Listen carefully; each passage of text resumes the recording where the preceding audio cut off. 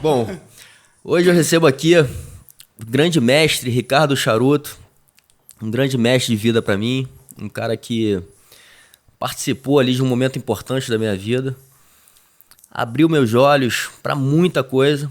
Eu acho que fez parte da minha formação, do meu caráter também. Então a gente não tem mestre só no dojo, a gente tem mestre em outras atividades também. Trabalhei com ele junto por muito tempo. E, enfim, foi um cara que me ajudou muito e me ensinou muita coisa. Eu estou tendo a honra de estar trocando aqui hoje.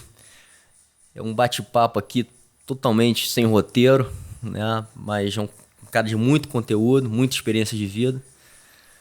Enfim, estou tendo a honra, agradeço muito ele estar aqui presente comigo, cedendo um pouco do teu tempo e energia aqui comigo. André, eu que agradeço o convite. Para mim é uma honra, um privilégio estar aqui com você.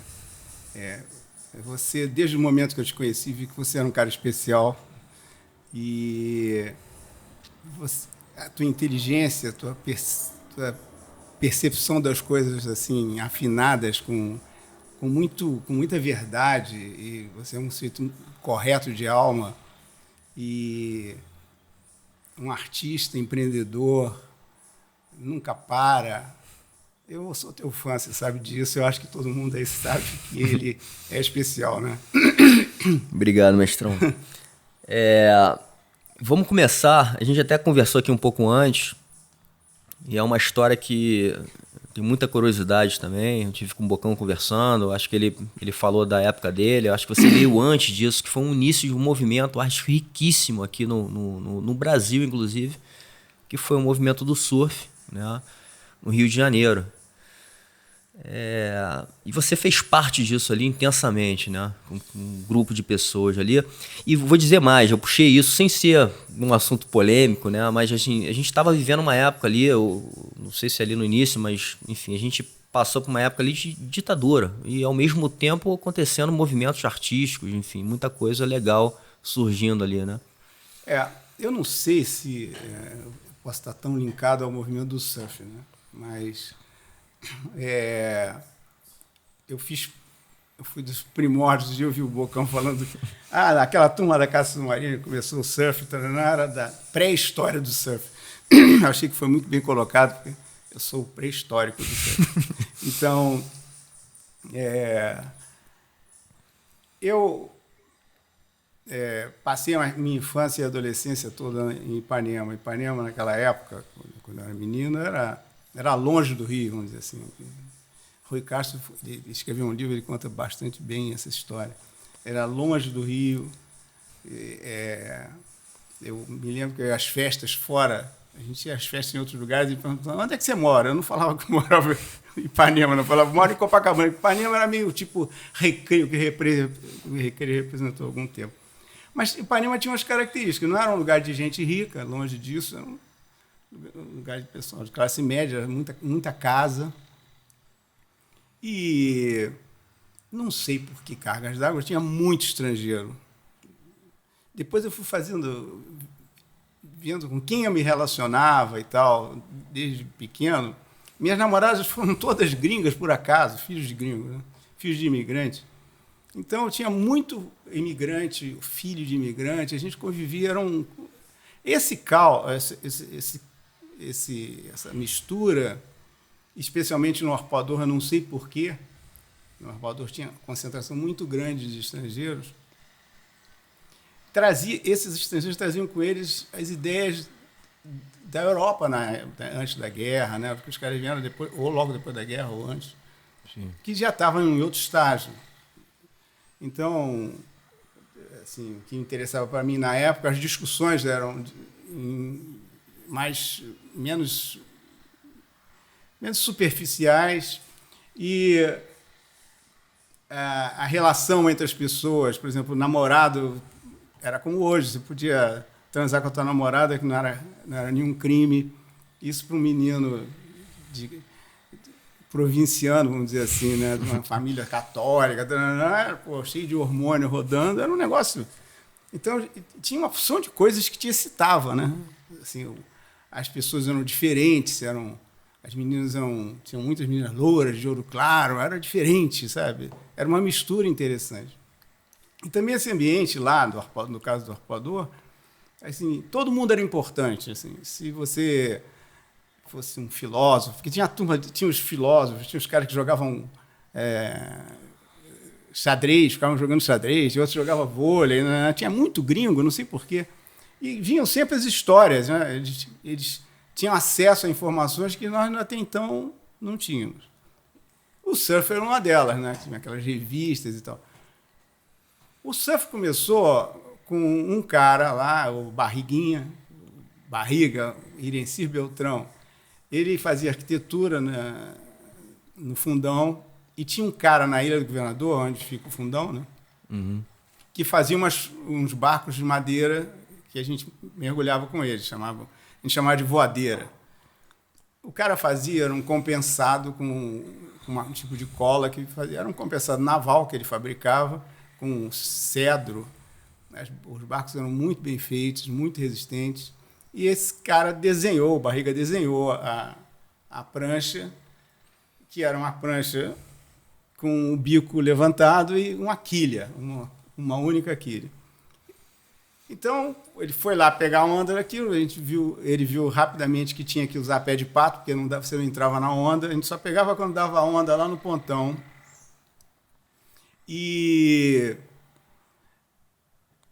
Então, aquele negócio, quando o primeiro cara ficou em pé, ficou todo mundo querendo comprar.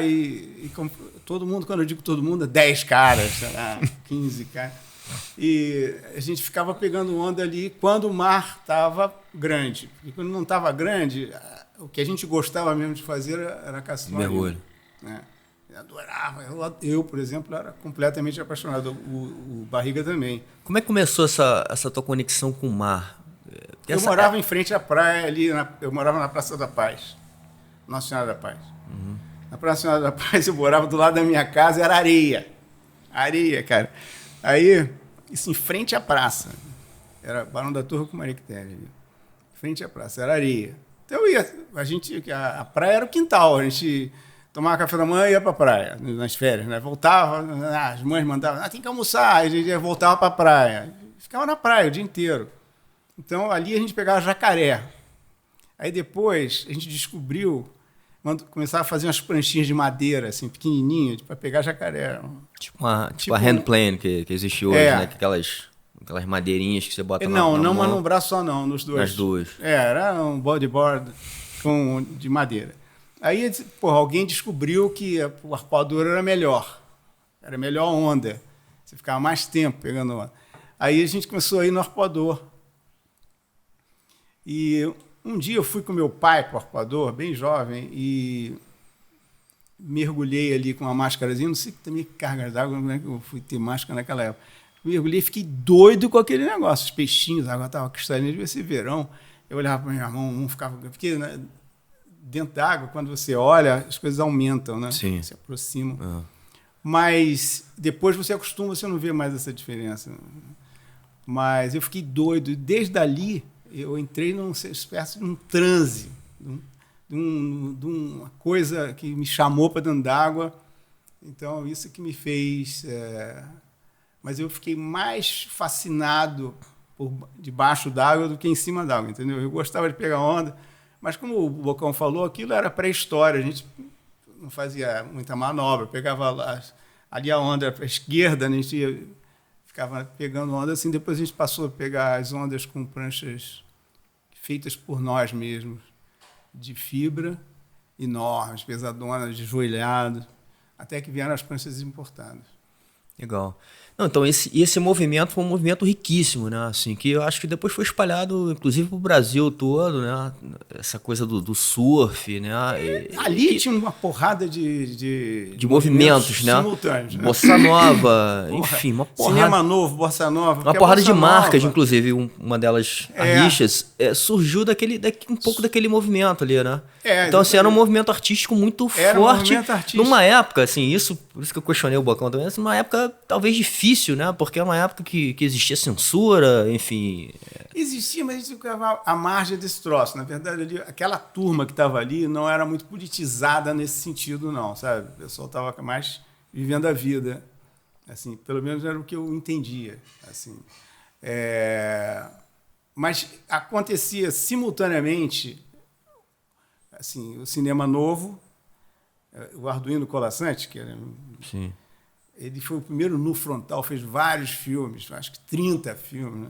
Esse filme que ele fez, Como Era Gostoso o Meu Francês, que ele aparece nu e tal, era daquele Nelson Pereira dos Santos, fez vários filmes com ele. Então, já acontecia isso.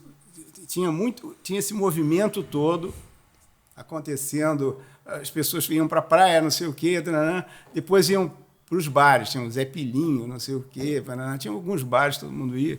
Ali já tinha uma turma mais politizada, porque o intelectual não ia à praia, o intelectual bebe. Eles falam. Mas esses caras já discutiam mais política, mas a gente não se envolvia muito nisso. A turma nossa lá era muito voltada para saúde assim, legal. E esporte. Né? Tinha várias tribos. Então, ninguém era menos importante que o outro. Todo mundo ali era importante. Se o cara jogava bem frescobol, era legal. Se a garota tinha um corpo bacana também, ela era muito importante. Todo mundo era importante. Se o sujeito era um cientista, ele era importante igual, não tinha diferença. E tinha uma característica em comum. Ninguém era muito responsável assim, não. Entendeu? Era um bando de porra louca.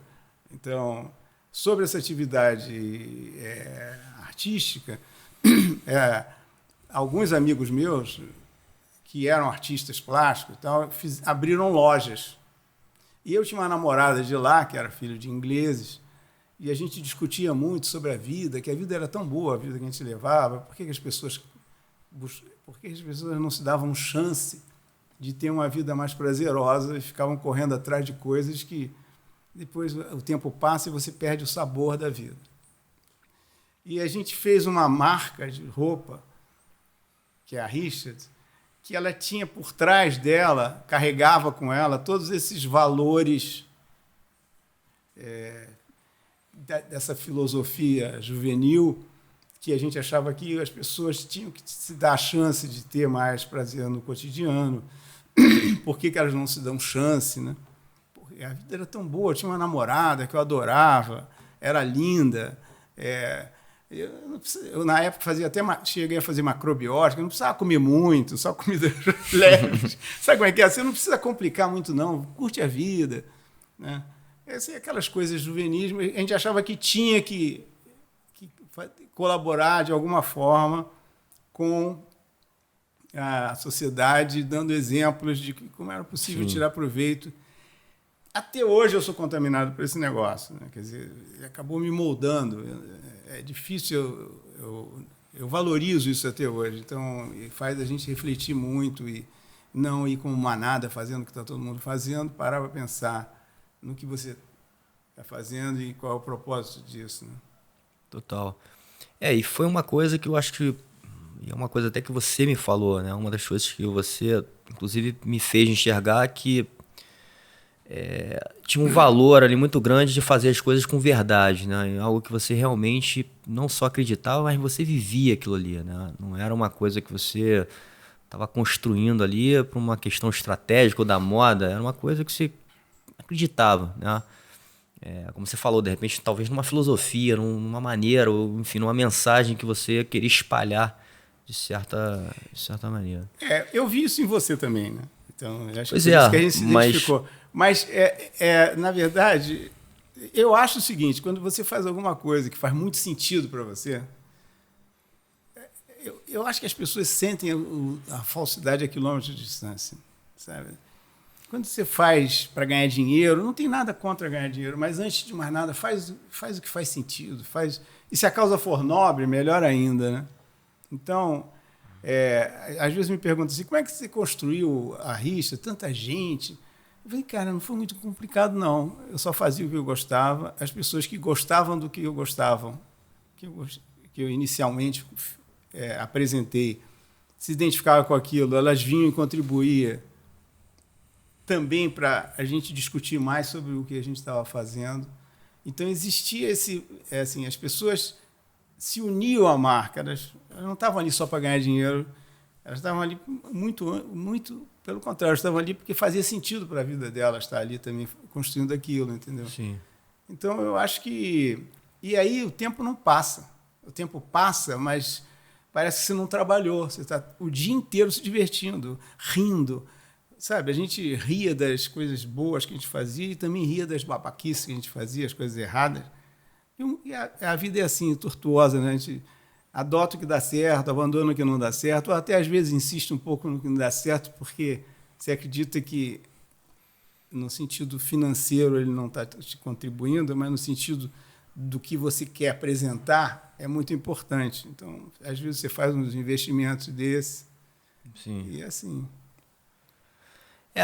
Mas eu acho que uma outra coisa assim que eu vi em você talvez não gosto de usar muita palavra equilíbrio, mas uma harmonia em lidar com as coisas, né? Porque depois, até seguindo o movimento de você crescer, desse negócio crescer, você começa a entrar, enfim, numa questão de que você tem que ter disciplina, né? Você começa a trabalhar com muito mais gente, você tem que, organizar, você vira uma corporação, né? E como é que você lida com pessoas, enfim, você começa a ter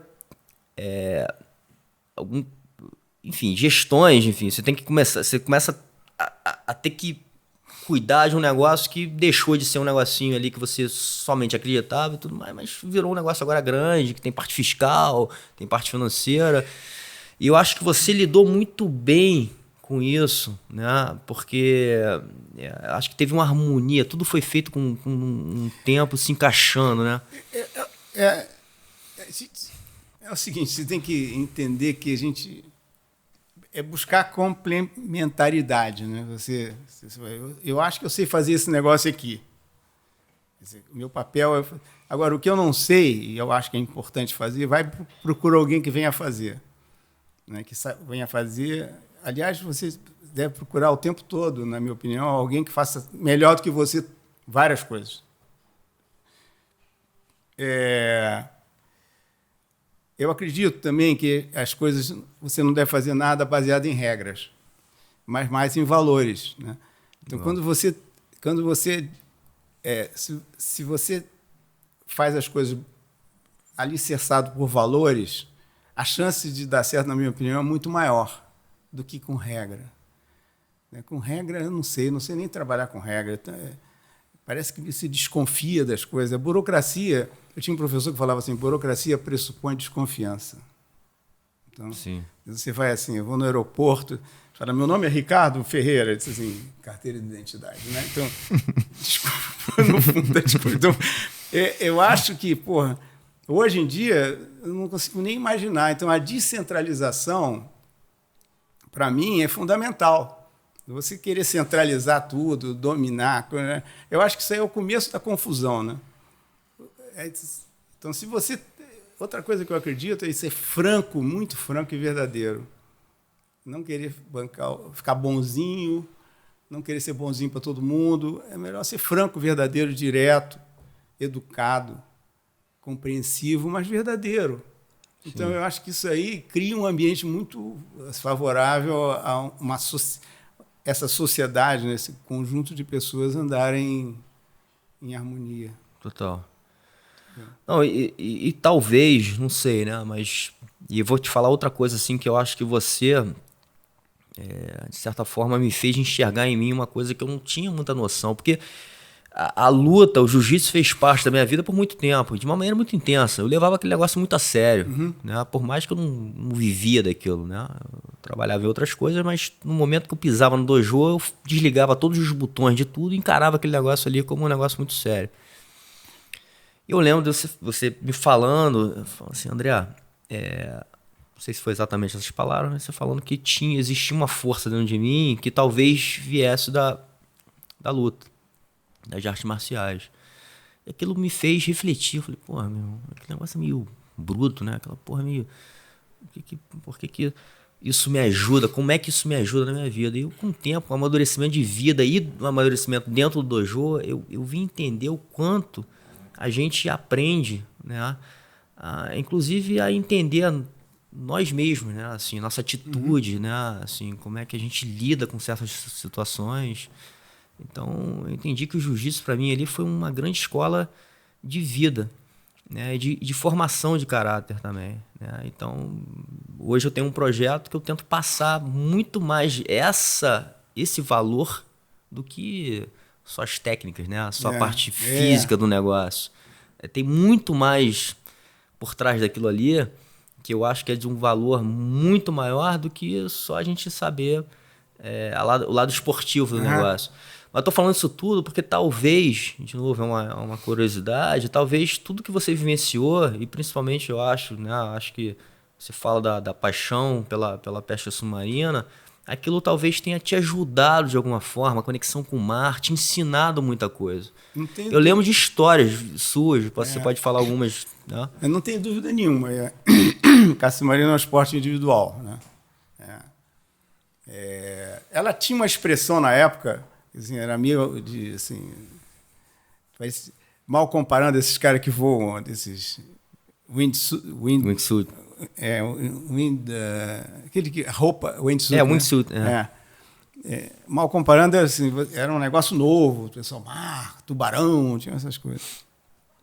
Então, ele despertava muito interesse. Tinha no Rio de Janeiro, o Roberto Marinho, ele gostava de mergulhar, então tinha uma coluna semanal sobre mergulho no jornal dele. E aí o jornal concorria, o Jornal do Brasil, que também fez uma coluna. Então, isso deu muita visibilidade ao negócio, que dava uma certa importância, sei lá. Mas, independente disso, é um esporte individual. Sim. E quando eu comecei a competir, eu não sabia que eu era tão competitivo assim. Eu queria ganhar de qualquer jeito, né? Não tinha muita gente que te ensinasse muita coisa, não, porque eu achei que você tinha que olhar para dentro de você e passar a fazer o que fazia sentido. E muitas coisas que, para mim, eu acho que você evolui quando você vai além da técnica e vai para Você não pode pensar que você vai fazer aquela coisa, você tem que adquirir. Né? E quando a gente vai fazendo sem ninguém te ensinar, se for aprender a esquiar na neve, sem ninguém te ensinar, provavelmente um dia alguém vai falar assim, aquele movimento que você está fazendo ali, porque você faz isso, você não consegue fazer aquilo. Sim. Quando você vai evoluindo, você descobre.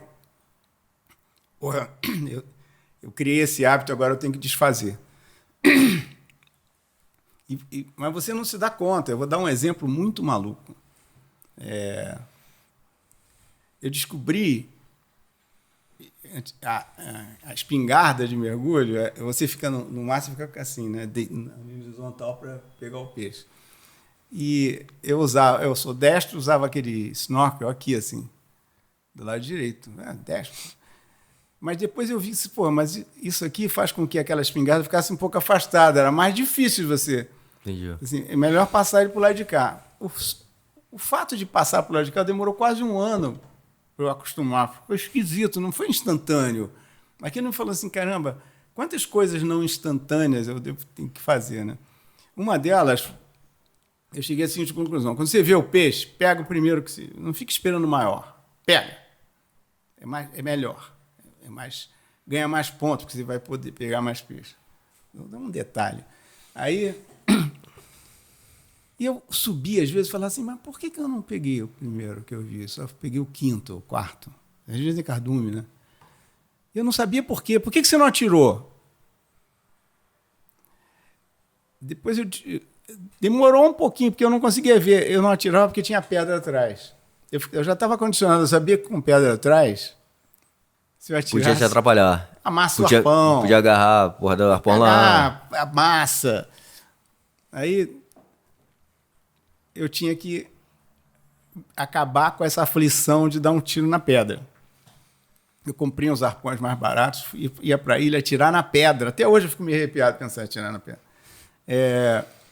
Então eu vi o seguinte, as coisas acontecem, você não consegue, nem você mesmo tomou a decisão, sabe mais por que você está fazendo aquelas coisas. Né? Então,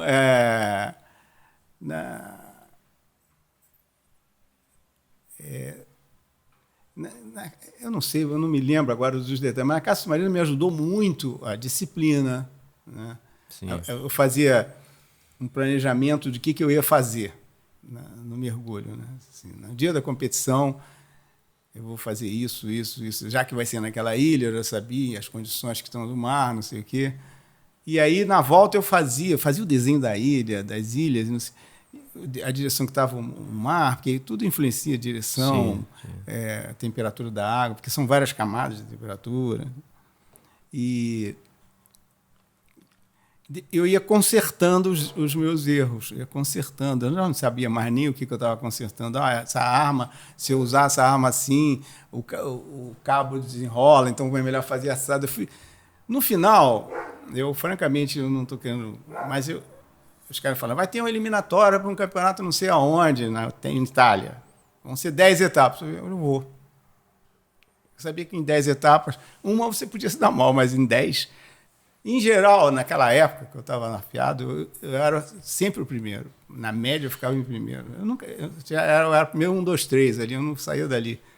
Então, você vai aprendendo, e tudo isso eu levei muito do que eu aprendi, que era sozinho, refletindo sozinho, para o meu... Por exemplo, um dia eu vi o pessoal reclamando por que eles não foram bem naquela etapa. E via os caras mais velhos que eu falando, eu ficava olhando. Falei assim, saí dali e falei assim, eu tenho que ser responsável por tudo. Eu não posso atribuir problema ao motor que enguiçou, ao cara, que a gente chama de caiqueiro, o cara que vinha ficar na lancha para você, né? Ao cara que tomou um porra e não veio no dia. Sabe, a arma que eu esqueci, não tem essa. A responsabilidade é minha. Então, eu checava tudo, eu fazia tudo antes. Todas essas coisas, hoje a gente chama de PDCA, né? Você vê, sim, você planeja. Sim. Eu fazia aquilo intuitivamente, porque eu queria muito acertar, né? Eu era muito apaixonado por aquilo. Quando ganhou o Mundial, quando acabou o Mundial, e eu fui dormir, eu pensei, o que aconteceu? Não aconteceu nada. Aconteceu uma coisa. Eu consegui o que eu queria. Mas só para mim, não para os outros. Para os outros isso não representa nada, porque eles não entendem nada disso. Só eu sei. Eu poderia nem ter ganho, mas poderia ter feito alguma coisa muito boa. Por acaso ganhou, mas não é para os outros. É para mim. Assim, você consegue fazer as coisas se você se dedica muito a elas. Então... ele me deu fortaleceu minha autoestima, vamos dizer assim. Legal. Assim, você pode. E eu lembro, até falando desse negócio de autoestima, né? Um pouco ao contrário, né? A gente se colocando talvez num lugar um pouco mais humilde, né? Eu lembro você falando, você pode contar talvez essa história melhor, mas você falando, você prestando atenção, acho que a equipe, não lembro se era italiana ou francesa, que eram os caras...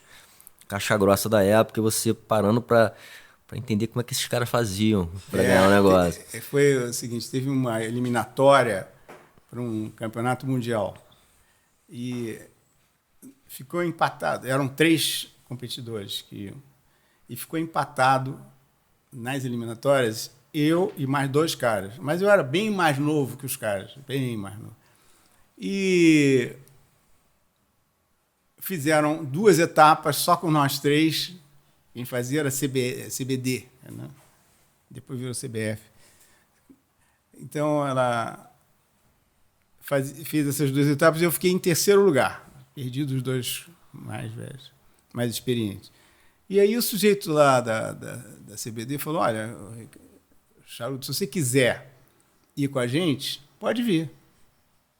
Porque o pessoal lá achou que, você com a idade que você está, ter conseguido isso, você pode vir. Então eu tive a chance de ir para um campeonato mundial que tinham, sei lá, 17 países, gente pra caramba.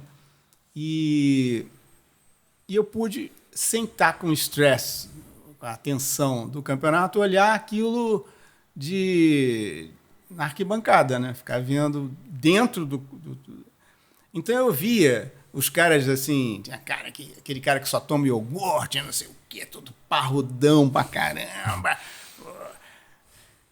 E eu via as equipes todas, a característica de cada uma deles, né? Eu ficava ali conversando com um, depois eu conversava com outro. E os que me chamaram mais atenção, que eu achei mais interessante, me identifiquei mais, foram os franceses, porque eles eram magrinhos, bebiam vinho na refeição. O equipamento deles, na época, tinham aquelas armas pneumáticas que eram fortes pra caramba, eles usavam já o que usa hoje, aquela arbalete, né, de elástico. O equipamento deles era, além de delicado, nada era standard, ou seja, eles mexiam, faziam do jeito deles, e sempre foram muito bons. Então, isso foi uma coisa que me chamou a atenção, que a técnica sempre prevalece sobre a brutalidade. Boa. Teve uma outra coisa assim também que marcou assim, que você falou, e que tem essa relação, essa analogia com a pesca, que é a de você...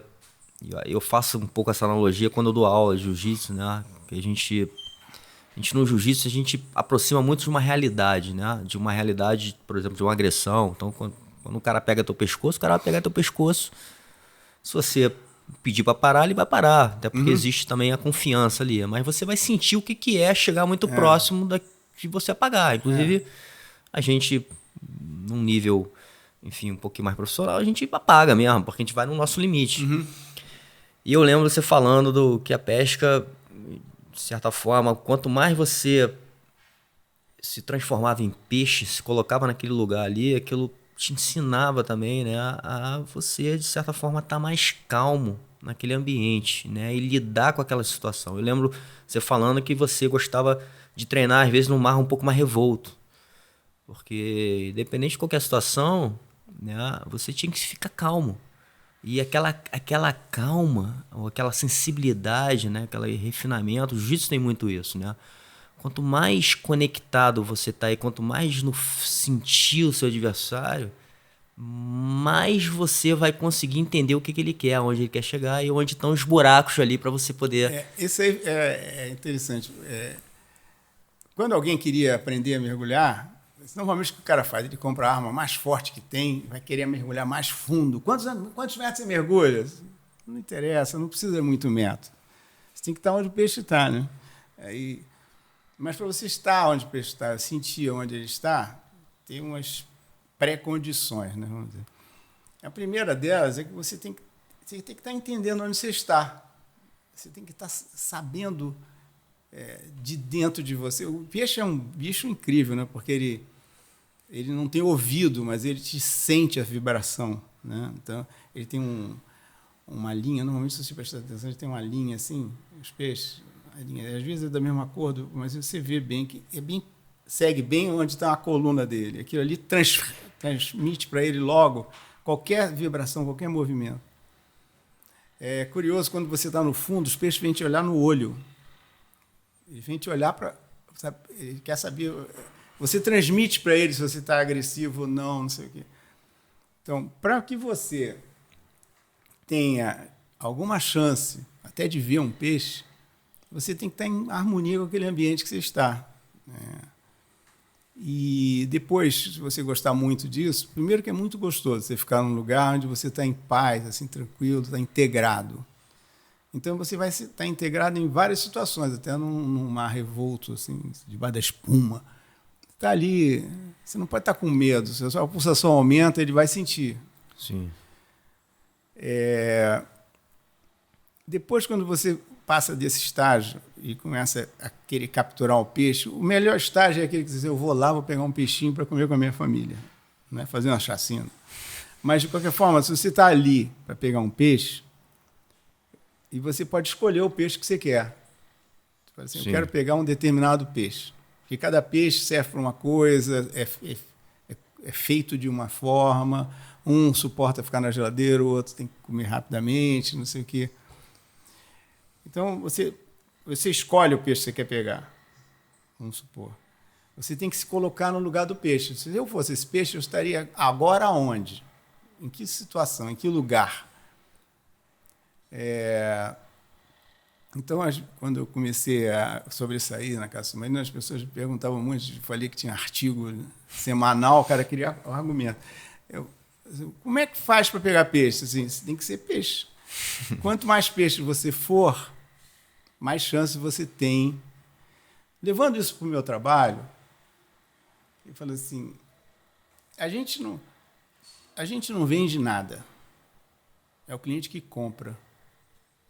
Existe uma diferença muito grande entre você achar que você vende e você pensar assim, não, o cliente que compra, eu tenho que fazer alguma coisa que ele tem interesse em comprar. Qual é a precondição para você fazer essa segunda parte? Eu tenho que fazer alguma coisa para o cliente se interessar. Saber me colocar no lugar dele, igual do peixe. Se eu fosse esse peixe, eu estaria onde? Né? Porque tem temperaturas de água, a direção de... a correnteza faz muita influência, tem muita influência sobre aonde o peixe vai ficar. Então, você tem que saber qual é o cliente que você quer atender e o que ele estará interessado hoje e amanhã. Então, como é que você consegue fazer um negócio desse se você não se coloca no lugar dele?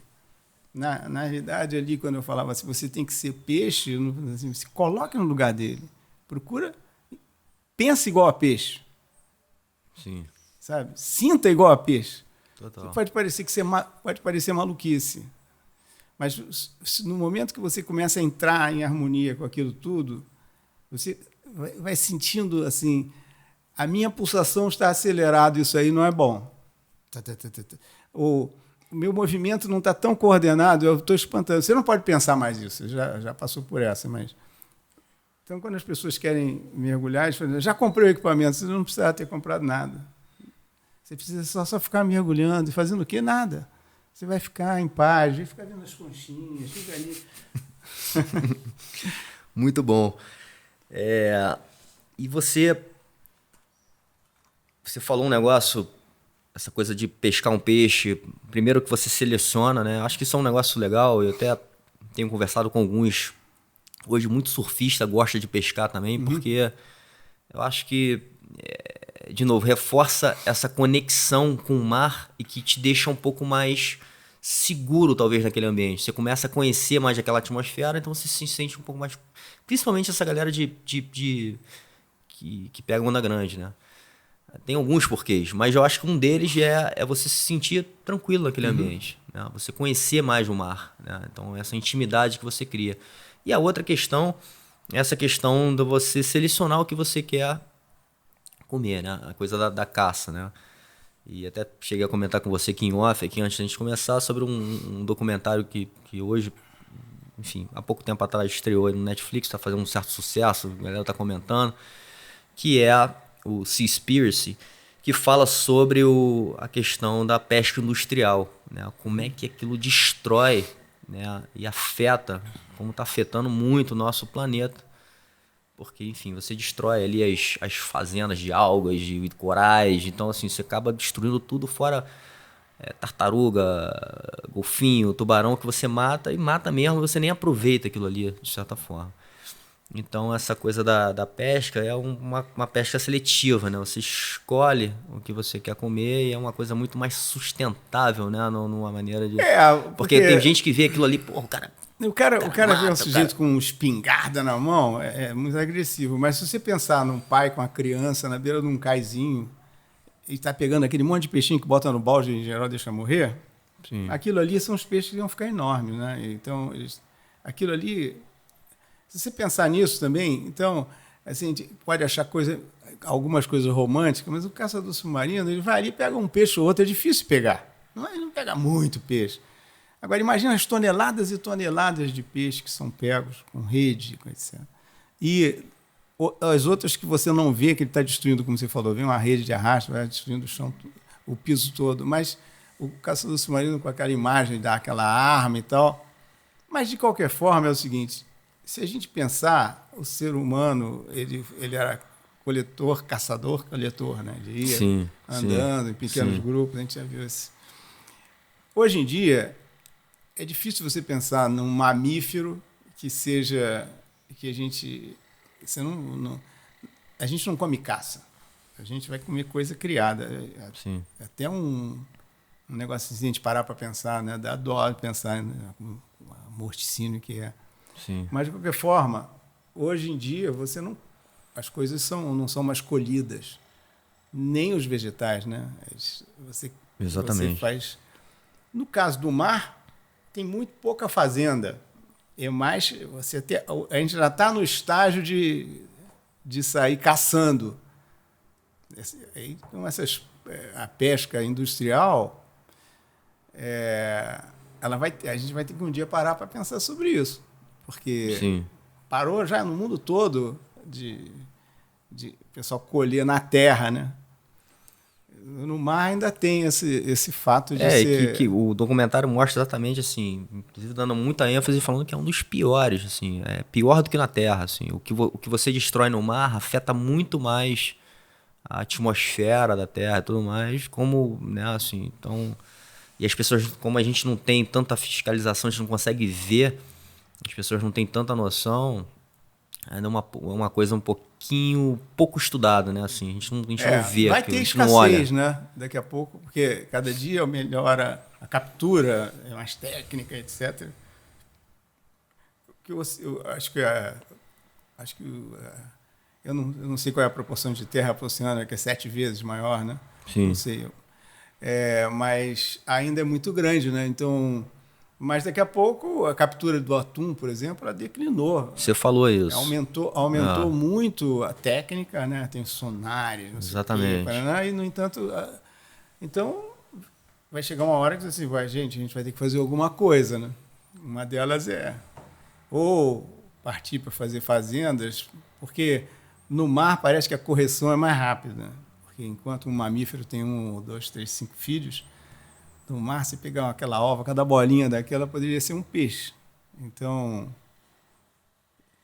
esses pelágicos é mais difícil, esses peixes que ficam migrando tipo atum, é mais difícil você pensar em fazer uma fazenda, mas pode fazer de outros peixes. Né? Sim, total. Bom, agora pulando aqui um pouco para valores, uma coisa que você falou de valores, eu acho que uma coisa muito importante, inclusive a gente, de certa forma, ou tentar passar uma mensagem legal para o mundo, né? Eu acho que você, através do canal ali da Riches, né? do que você fundou e tocou durante muito tempo, acho que um dos valores que você conseguiu passar muito, e vou de novo fazer essa relação do que você vivenciou, né, do que você acreditou na vida, na sua verdade, com o teu negócio. E eu fiz até um pouco isso também, quando eu fiz um documentário que ganhou um prêmio, 2 prêmios internacionais. Assim, foi uma coisa que a gente acertou na mosca de primeira, mas foi uma coisa que realmente, sem grandes pretensões, a gente estava fazendo com uma coisa que a gente acreditava, e entrava esse valor tanto do mar, né, dessa coisa, quanto a gente aprende com o mar, da simplicidade né, que as coisas têm na vida. E um outro valor importante que eu quis, de certa forma, colocar é o valor da família. Né? Uhum. Eu acho que você passou isso na marca e passa até hoje. Você tem uma família e valoriza isso muito. Né? E como isso é legal, como a gente pode viver com esse espírito familiar, né? E pode passar isso para o mundo de alguma forma muito legal. Eu acho que você conseguiu isso através da Riches também.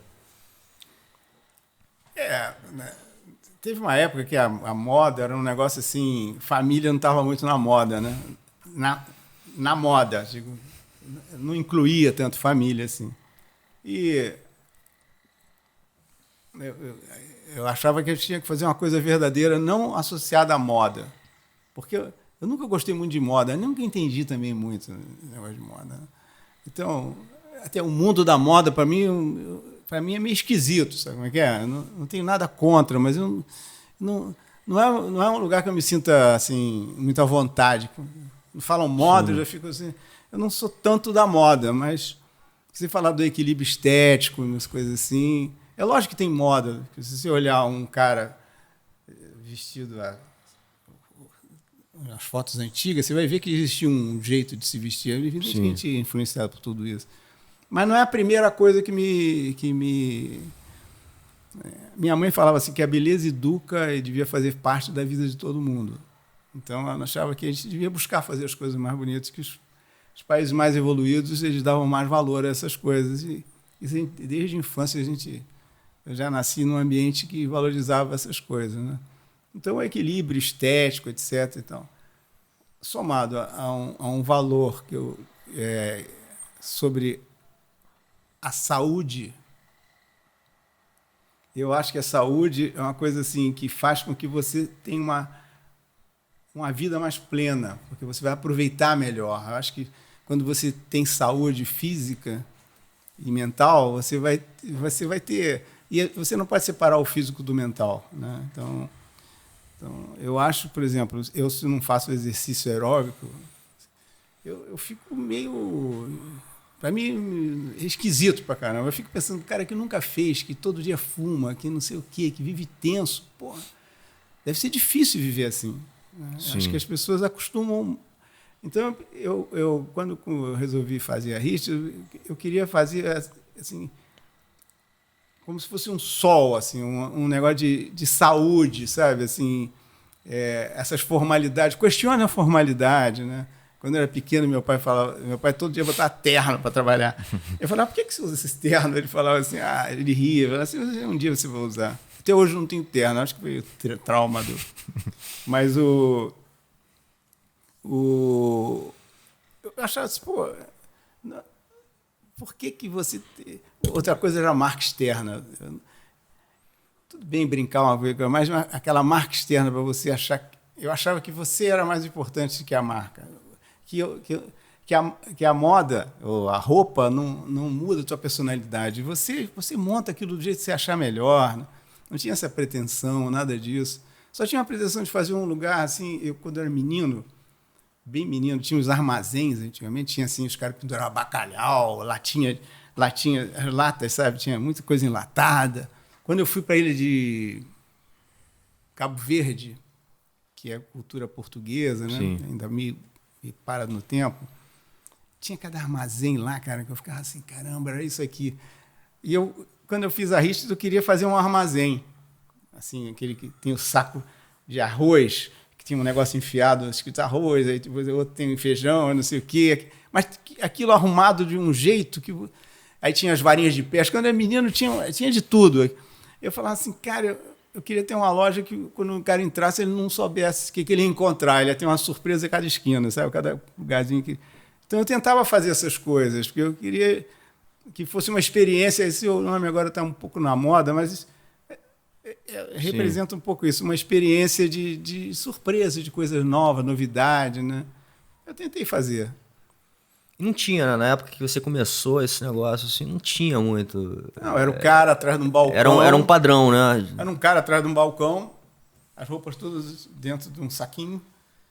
E eu chegava lá, o que você quer? Queria uma camisa. Para quê? Eu queria uma festa. E o cara pegava... Isso é inacreditável, cara. Pegava, abria um, assim, obrigado. Não, abria outro, não, obrigado. Depois abria a terceira, você já ficava sem graça e o cara... meio irritado, né? Então, pô, eu pensei, vou fazer um negócio diferente, cara. Um negócio que o cara pode pegar qualquer coisa, tudo pendurado, etc. Mas foi relativamente fácil, porque era tão parado no tempo, né? Sim. Então, outra coisa é que eu queria que quem atendesse fosse da tua tribo. E eu tive dificuldade de arranjar... Eu era menino quando eu fiz aquilo, eu tinha 20 e tantos anos. E nenhum homem queria trabalhar, porque os pais não deixavam esse negócio de vender, balconista, essa coisa ou é de mulher. Aí eu falei, vou botar mulher. As meninas lá, minhas amigas, topavam. Né? Mas nunca vi uma loja masculina ter mulher para atender. Eu disse, então vai ser a primeira. E foi assim. Outra coisa também, eu não entendia porque as pessoas fumavam. Né? Naquela época todo mundo fumava. Então eu resolvi proibir na loja de entrar fumando. Isso logo no começo, assim, primeiro ano, segundo ano.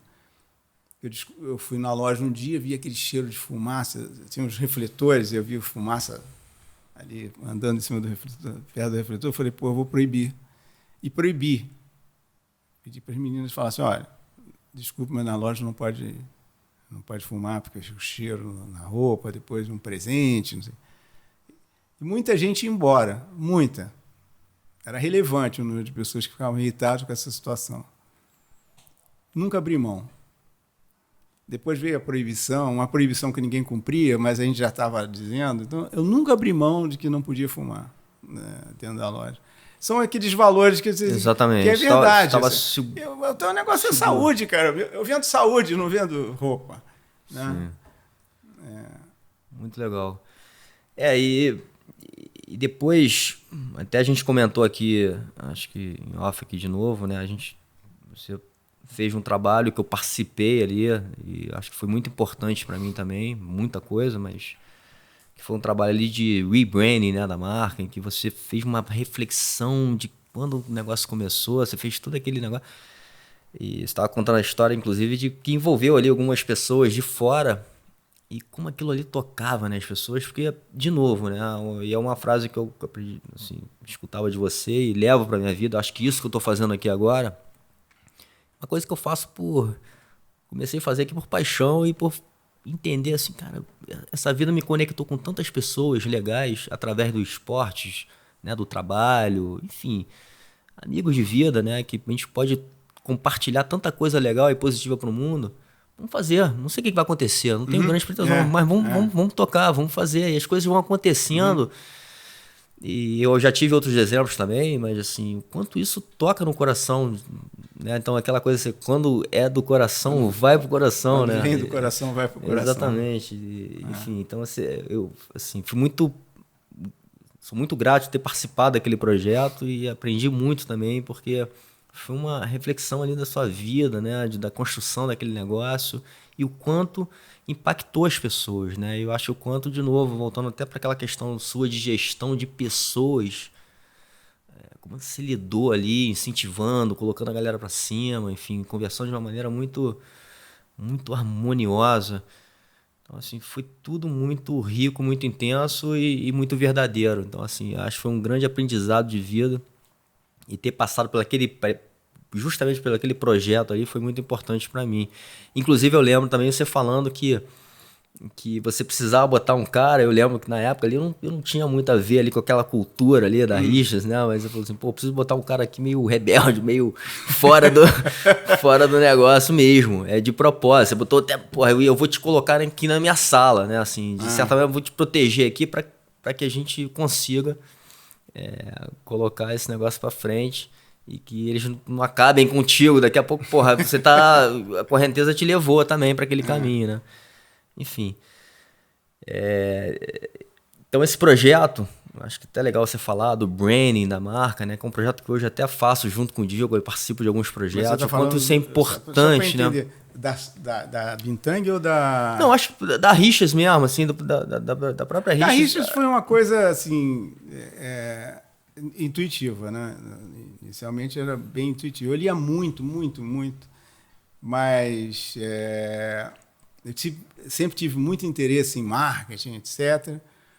Mas não por uma questão de como é que eu faço para vender mais, mas era muito em função...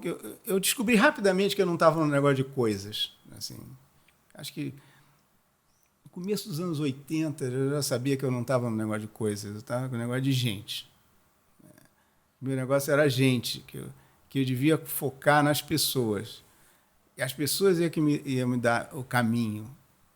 As coisas eu ia oferecer depois, mas eu primeiro tinha que estar sempre atento ao que as pessoas que... Porque você seleciona o seu cliente através das suas atitudes, né? Sim. Você fazendo, eles vêm. Se você age de uma determinada forma, os clientes vêm. Se você age da forma que... Se você for muito afinado com... Você fala assim, eu gostaria desse tipo de cliente, desenha ele... o teu target, alvo, assim. Aí, e você agindo daquela forma, os clientes eles vão se identificar e vão vindo. E esses caras vão ser os mais consistentes, mais fiéis, porque eles comungam de valores. Os clientes não compram roupa, eles aderem à marca, eles querem... Eles não têm consciência disso, né? A gente não tem consciência que quando a gente gosta de alguma coisa é muito mais do que... A gente vai atribuir alguma coisa física, né? Mas tem muito mais coisa envolvida nisso aí. Então, eu pensei assim, a gente tem que representar uma coisa, não com o intuito de manipular, porque manipular é sempre difícil, porque você vai estar atuando e não sendo verdadeiro, né? Sim. Eu fico vendo assim a televisão e o teatro, né? Na televisão, você vai, atua, faz alguma coisa, e depois você vai ver o resultado do Ibope.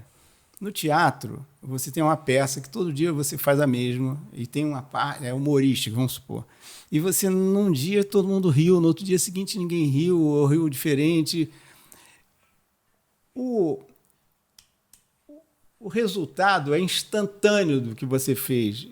E aquilo vai te ensinando, porque você tem um propósito. Um propósito que as pessoas acham divertido. Né? E por que eu consegui? A entonação de voz é um conjunto muito complexo de coisas, né? Então, para uma marca durar 40, 50 anos... Desculpa te interromper, assim, mas você me lembrou de uma coisa que talvez, de novo, você acendeu uma lanterna para mim, que eu acho que isso foi essencial para mim acreditar nas coisas e me ligar em uma coisa muito importante em tudo que a gente vai fazer, que é a energia. Uhum. Porque quando você começou a falar desse negócio do teatro, eu pensei na minha experiência com a música, né? Porque na música tem isso. Você tem um repertório, você toca um dia, porra, nego reage de um jeito, outro dia, porra, de um outro. Por que um dia... eu comecei a entender que era energia. Não, quando você conecta essa energia da pois tua... É. Porra, aí você esse aprendizado é tão forte e só em contato, que você faz para o outro, você não faz para você.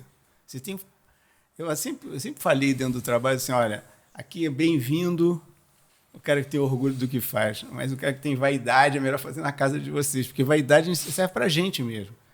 Aqui a gente faz para os outros, né? Mas tem orgulho enorme de fazer bem feito. Então, esse contato Agora eu me perdi, porque qual foi a tua pergunta mesmo? Não, ele estava falando desse trabalho que a gente fez, né? Do rebrand, da reflexão então, toda. Foi um negócio intuitivo, cara. Eu fui fazendo e lendo muito e tal.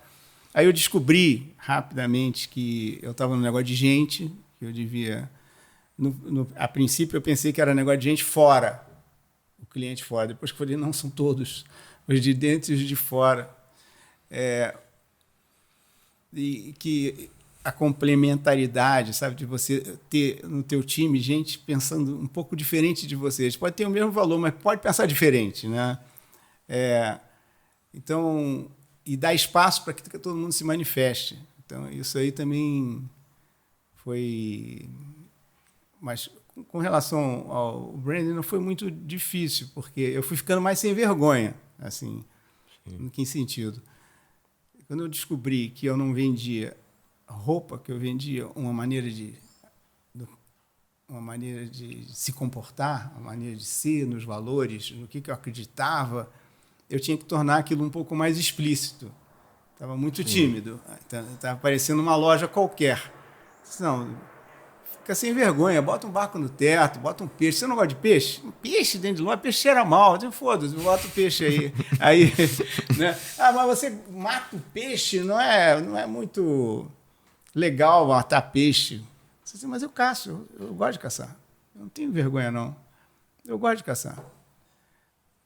Pô, não vou ficar escondendo isso. É igual o negócio da luta. Eu falo assim, pô, você não gosta de lutar? Tem uma parte nobre disso aí. Exatamente. Então, eu gosto de caçar, não tem... E aí foi isso que eu digo, eu fui ficando mais sem vergonha de fazer as coisas. Né? Mas o quanto isso era e foi impactante na vida das pessoas, né? E você até contou aqui um caso novo em off aqui de um professor que, porra, o cara chegou a chorar com o negócio, quando ele viu, e você entendeu que tinha um negócio muito poderoso ali, né? Eu falei, caramba, isso aqui é mais... As pessoas precisam mais disso do que eu imaginava. Né? Quando eu tinha... Em 1982, eu comprei um veleiro no sul da França. Eu não tinha nem casa ainda, comprei um veleiro. Comprei o veleiro, ia com a minha mulher e os filhos, bicicleta dentro do barco, amarrado, mochila, e a gente ficava viajando. Eu tinha muita curiosidade no Mediterrâneo, né? Porque tinha muita história lá. E a primeira vez, quando eu fui lá fazer os campeonatos de caça submarina e tal, eu falei, pô, cara, eu devo ter reencarnado, eu devo ter vivido aqui antes, porque eu me identifiquei tanto com aquele clima, E o lado do Mediterrâneo, o lado mais raiz dele, assim, né? Que era uma época de... Era um lugar pobre, era um lugar que não tinha recurso, não tinha muita água, então não tinha pecuária, não tinha nada disso. Então o pessoal vivia de pesca, aquela comida mediterrânea. Né? E eu fiz já bons amigos ali. Começou com a caça marina e depois com a vela.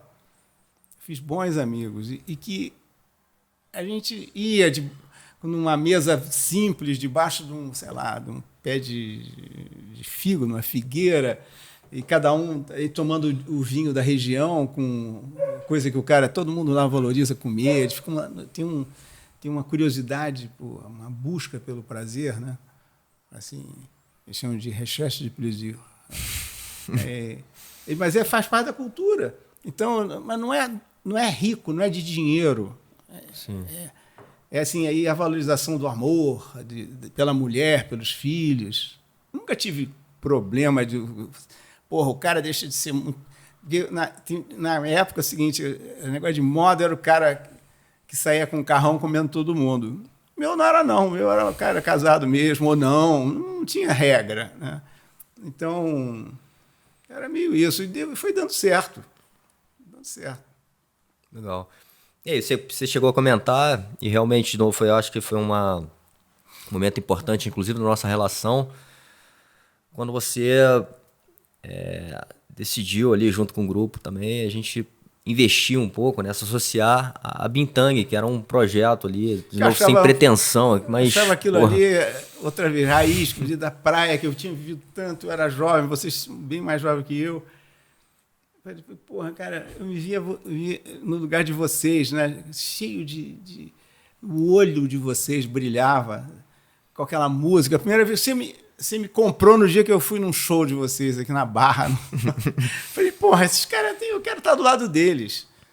Eles são o futuro. Esses valores que eu tenho são um pouco meio antigos valores, sabe como é que é? Não é que é antigo, mas é de outro jeito, é mais jovem, sei lá, tem uma energia boa.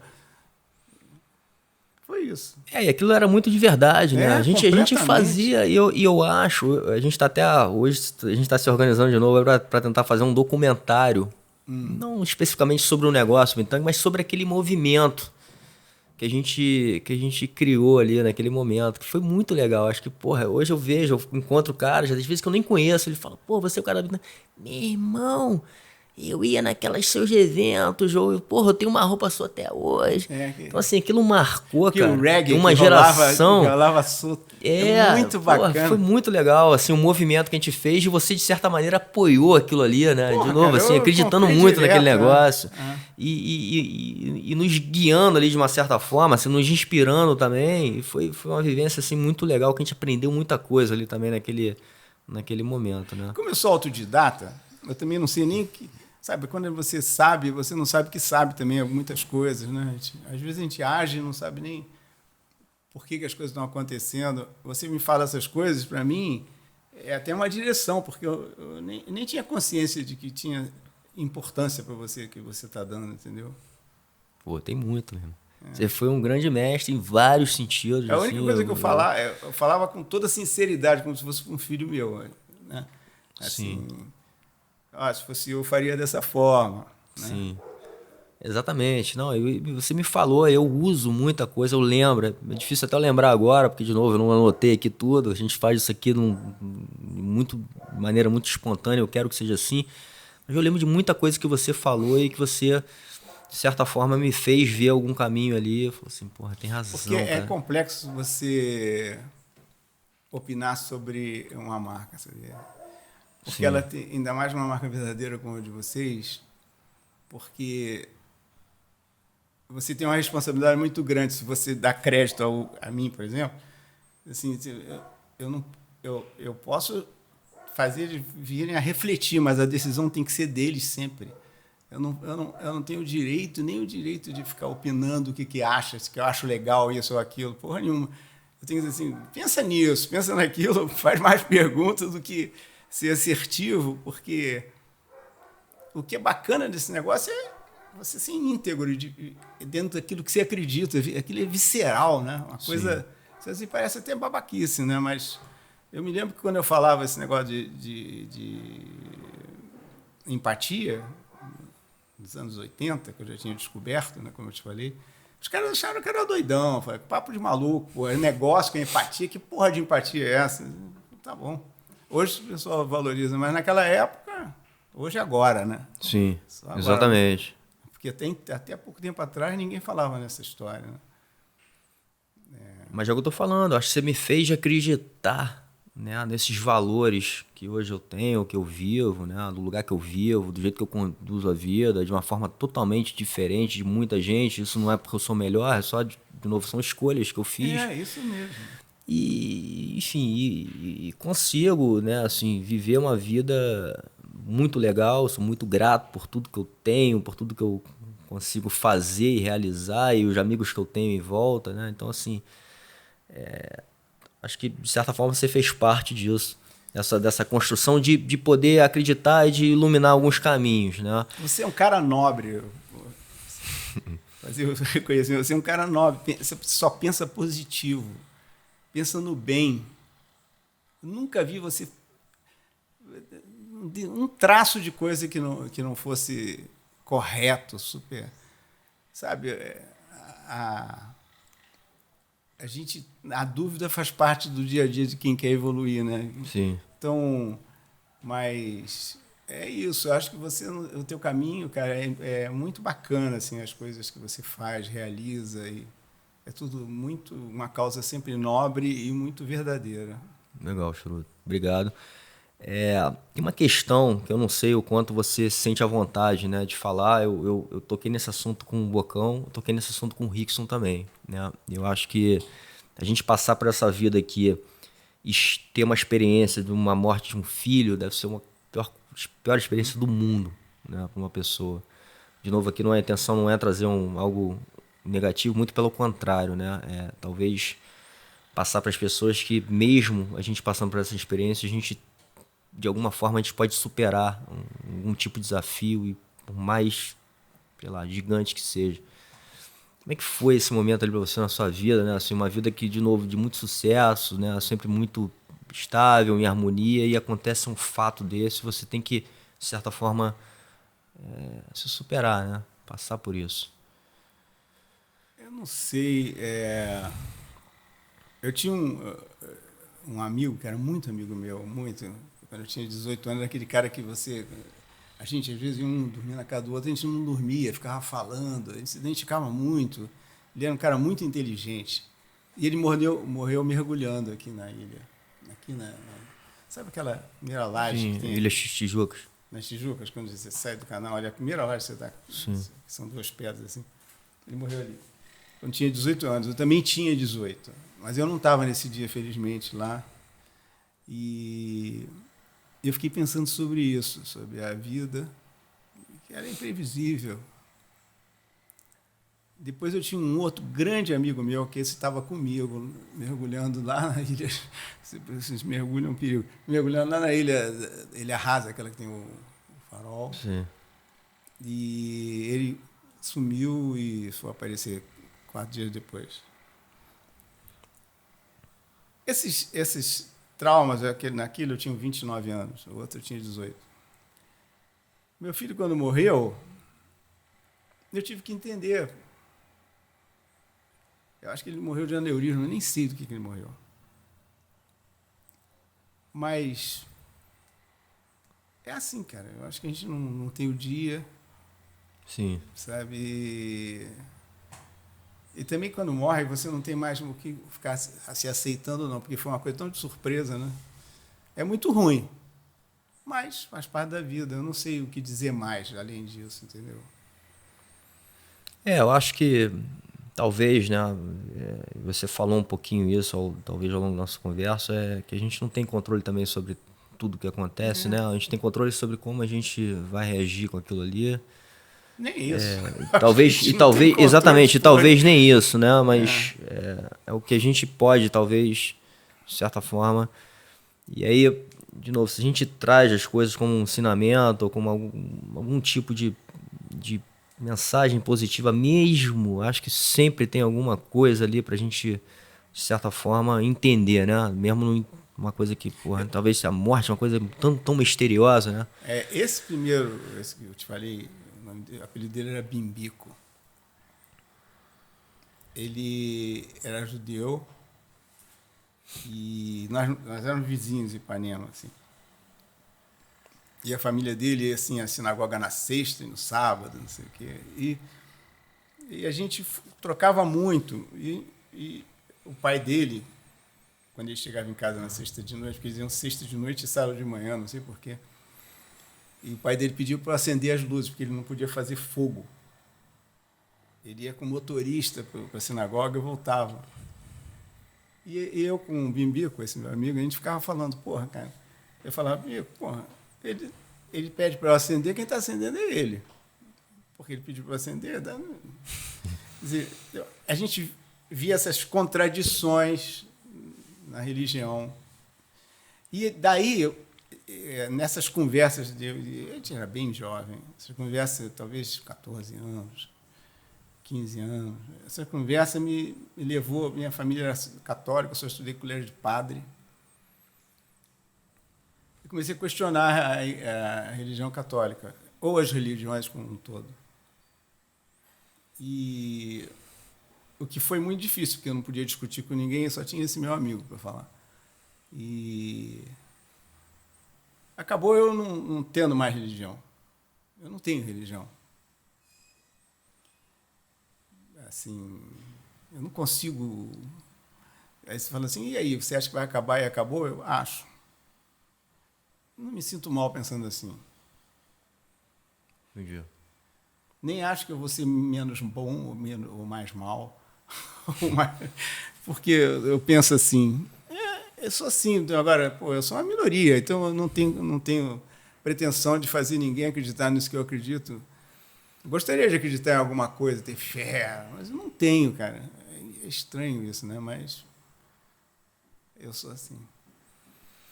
Não, legal. Acho que isso faz parte também de um entendimento da vida, né? Pô, eu estudava no Colégio de Santo Agostinho, assim, eu chegava lá, o padre falava, pô, Semana Santa, tem que confessar e comungar. Eu achava que... Eu comecei a desenvolver uma porção de pensamentos, né? Eu me lembro que eu li um livro, era um livro em inglês de 1918, sei lá, uma coisa de economia, e o cara falava sobre as várias religiões na visão do autor, o efeito delas no comportamento das pessoas. Sim. E aquilo foi muito importante para eu ter lido aquilo, que alguém que não estava ligado à religião falando...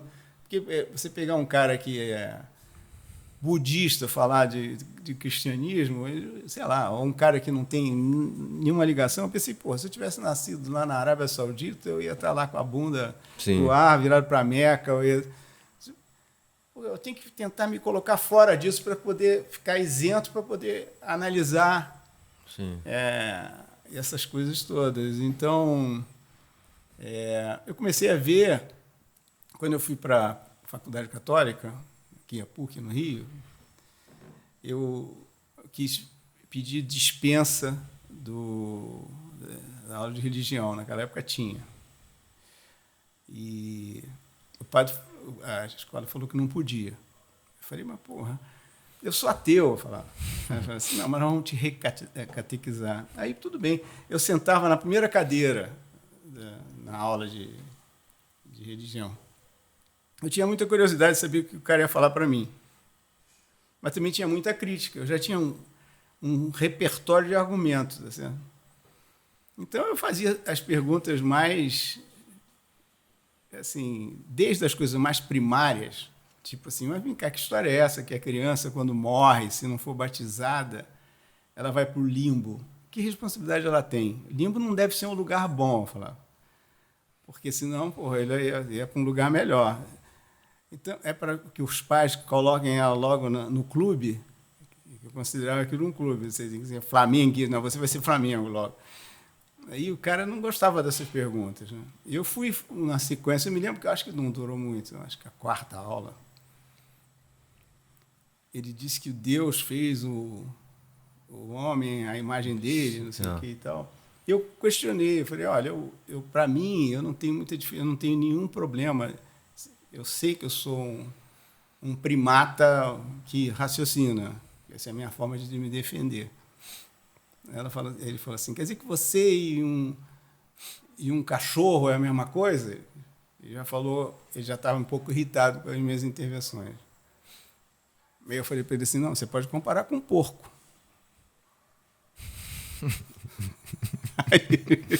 Aí ele falou que não dava aula para porcos, me mandou sair fora e me deram dispensa, porque eu acho que eu estava catequizando a turma de trás, entendeu o que eu estou falando? Não é que eu estava catequizando, eu estava levantando questões. Você estava questionando, você estava... Porque porque o professor também não era um cara brilhante, né? Aquele padre que estava lá. Então, não ajudou em nada para mim. Mas eu saí fora da porra da aula de religião. Muito bom. Bom, Charuto, indo agora aqui mais pro final, a gente já passamos aqui de 1 hora de conversa. Projetos futuros aí, como é que você está hoje, né? Assim, o que você pensa para frente? A gente está num momento aqui difícil da humanidade, né? A gente até estava discutindo um pouco isso também de novo, antes de começar aqui a conversa. Mas como é que tá a sua cabeça aí para frente hoje? Olha, eu estou, buscando fazer alguma coisa que, com o conhecimento que eu adquiri, uma coisa que tenha uma evolução rápida, porque eu também já estou mais velho, né? Não pode ser. E ajudar empreendedores no início da atividade deles. Então, eu faço parte daquele Endeavor. Legal. E lá em casa tem uma empreendedora que é minha filha, e eu também estou tendo muito prazer em ver ela fazendo as coisas dela lá, sem nenhuma interferência. Agora que eu comecei a tentar ajudá-la em alguns detalhes que ela pede, você sabe como é que é, né? Sim. Mas ela já está fazendo, interessante que ela faz lá, eu estava vendo o Instagram dela, eu vi o feed assim, falei, caramba, você vai gostar, você já viu o feed dela? Sim, já vi, muito maneiro. É bacana, muito então ela legal. já tem um caminhozinho. Então, estou feliz, estou fazendo essas coisas. Show. Bom, como eu falei no início, uma honra grande aqui te receber, ter um pouco do teu tempo, da dedicação do teu tempo para fazer isso aqui, botar sua energia, assim, de muita importância para mim, assim, muito especial esse episódio aqui desse projeto, ter conseguido colocar você aqui, trazer você para minha casa aqui, e a gente ter tido essa conversa. Quem sabe a gente tem outras também, vamos continuar. Eu agradeço e eu estou à disposição sempre de você, cara. Sou teu fã. Obrigado, mestre. Boa.